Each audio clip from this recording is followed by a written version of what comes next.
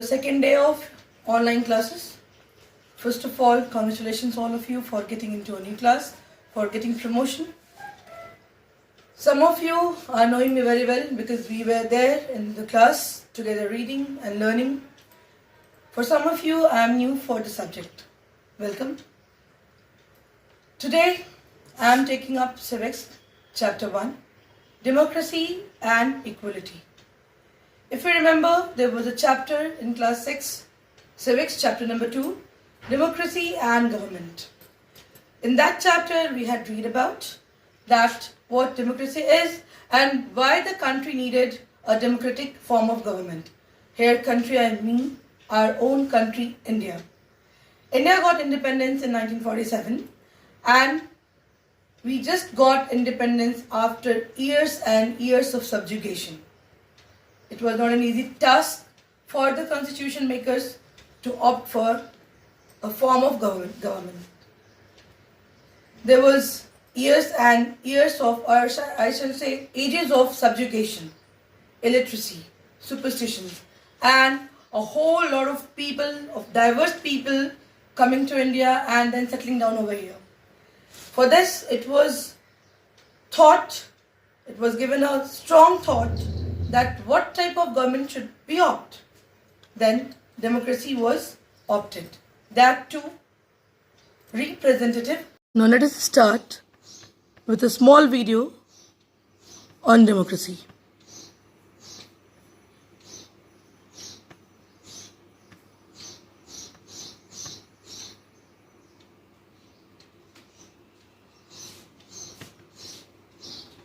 Means power or rule. So, democracy basically means the rule of the people. Democracy first started as a direct democracy in Greek cities, notably ancient Athens, where people came together to speak about their concerns and opinions in front of rulers of the city-state, directly voted on new rules and laws. Here, you can see in the video that people started participating and started taking decisions along with the leader. Instead of rulers. First time it happened that decision-making power came from the hands of the rulers to the common. Did not have a land or allowed to vote. This is what we call a flawed democracy today. After the Greeks lost their power and influence in the 1st century AD, their early forms of democracy were also fading away until the Magna Carta was signed in 1215, which prevented the King of England to do whatever he wanted. It said that even the king had to follow the country's rules and laws, which were written in the Constitution. Today, most democracies are indirect or representative, which means that you can't vote for a new law yourself, but you can vote for people who then become lawmakers and present your interests. But democracy isn't just about voting, it's about everything. And now we have come across two words, direct democracy and indirect democracy. Now in Standard 7, we are going to read about democracy and equality. Dear students, I have sent you the book link. Kindly download it. And the chapter is Democracy and Equality. As I have told you earlier, that it was not an easy task for the constitution framers to select a form of government. And after a lot of discussion, it was decided that we'll have a democratic form of government. A democracy is a government that is for the people, by the people, and of the people. You know, a constitution was needed at the time of independence. You know what a constitution is exactly? It is a rule book. A rule book, a set of rules that a country needs to run. You can simply correlate this rule book, Constitution of India, to that of your school diary. If you have seen in your school diary, after 1-2 pages, there are rules given. What to do, what not to do. That is the constitution of the school. This is the constitution of the entire nation. Constitution of India. Okay? Now, as I told you that This chapter is dealing with democracy and equality, and about equality it has been mentioned in the preamble itself. Let us read out the preamble again. We, the people of India, having solemnly resolved to constitute India into a sovereign, socialist, secular, democratic republic, and to secure to all its citizens justice, social, economic, and political, liberty of thought, expression, belief, faith, and worship, equality of status and of opportunity, and to promote among them all fraternity, assuring the dignity of the individual and the unity and integrity of the nation. Dear student, let us focus on the word equality.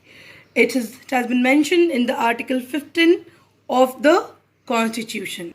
Now let us see a video based on this chapter, Democracy and Equality.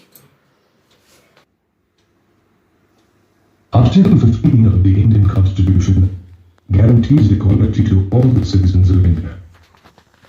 It also states that no individual equality in Indian democracy. Article 15 of the Indian Constitution guarantees equality to all the citizens of India. It also states that no individual can be discriminated on the basis of their religion, race, caste, place of birth, or gender. Further, it abolishes untouchability and assures every individual equal access to all public places. The Constitution also grants all adults the right to vote, irrespective of their caste, education, wealth, and religion, also known as Universal Adult Franchise.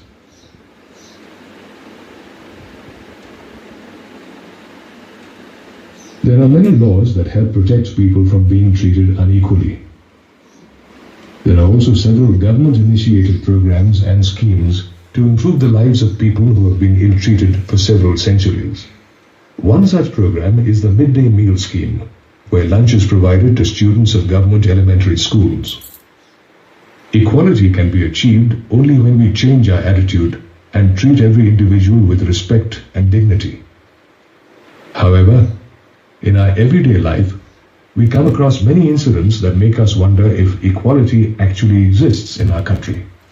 For example, government hospitals in India are mostly visited by the poor, and even when critically ill, they have no choice but to stand in long queues.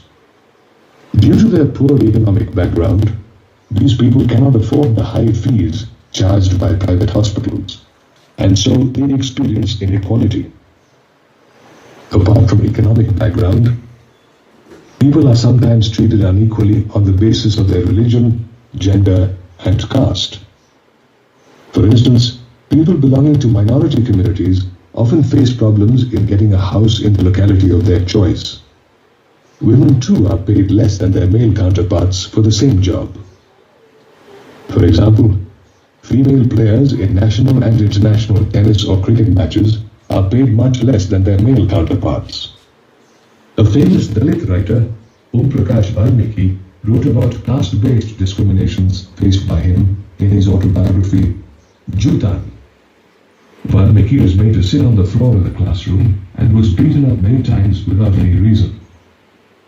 He was also made to sweep the school playground because of his caste. This discrimination on the basis of religion, gender, and caste hurts the dignity and self-respect of an individual. Surprisingly, India is not the only country that has struggled for... Pathetic and unfortunate to listen to the story of Valmiki. Our government of India has taken so much step to control these things in our society. Such type of discrimination, differences are not at all allowed by the Constitution. But even in day-to-day life, we find there are so many instances in and around us. Being a student of social science, me and you should come together to curb such things. Now, let's see the video again. The only country that has struggled for equality. In the United States, The Afro-Americans were treated unequally for many years. When traveling in public buses, they either had to sit at the back or give their seat to a white person. In 1955, Rosa Parks, an Afro-American, refused to give up her seat on a bus to a white man. Her defiant act resulted in agitations and led to the Civil Rights Movement. Later, the Civil Rights Act of 1964 was implemented, which prohibited discrimination on the basis of religion, race, or national origin. Although our government is trying to bring in equality amongst people, there are still several communities that are struggling to maintain their dignity and equality in society. We have now reached the end of this module on equality in India. In this module, we learned that the Indian Constitution guarantees equality to all Indian citizens and does not allow the state to discriminate against any citizen on grounds of race, caste, sex, place of birth. Saw the video. Right to equality. The case of Valmiki you have seen. The case of USA you have seen. And on that, our country has also taken certain measures to curb the evil intention of people against people.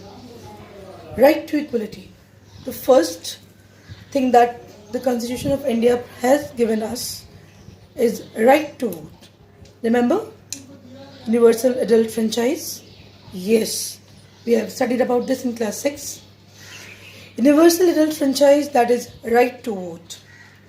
Every citizen of India who has attained the age of 18, irrespective of caste, creed, sex, religion, he or she is given a right to cast his vote to the choice of his leader, the choice of his representation.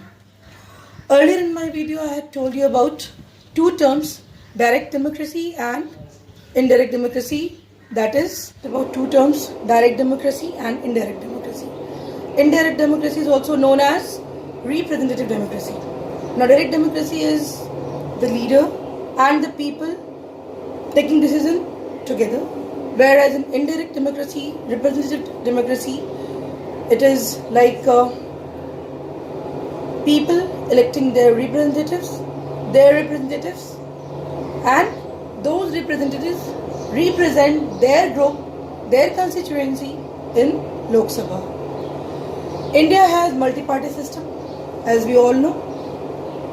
The leader of the majority party, after the elections, the leader of the majority party is nominated as the Prime Minister, and the party who gets the next vote sits in opposition.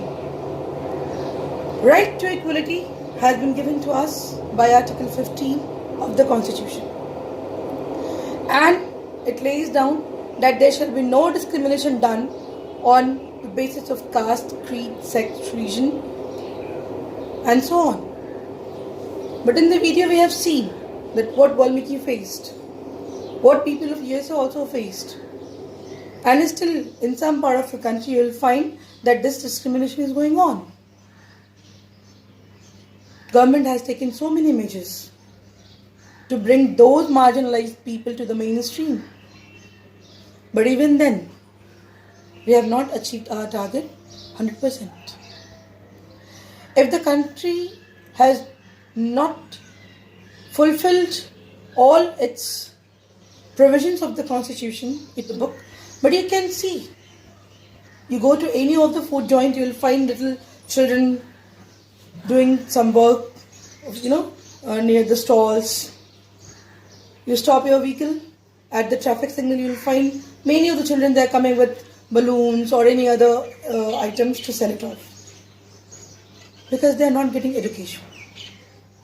It is not that our government is not working for the same. It is that there is so much illiteracy that people are not able to understand the value of it. Being a student of social science, it becomes the moral responsibility of all of us to implement each and every provision that has been laid down in the Constitution. With this, we come to this end of the chapter of all of us to implement each and every provision that has been laid down in the Constitution. With this, we come to this end of the chapter.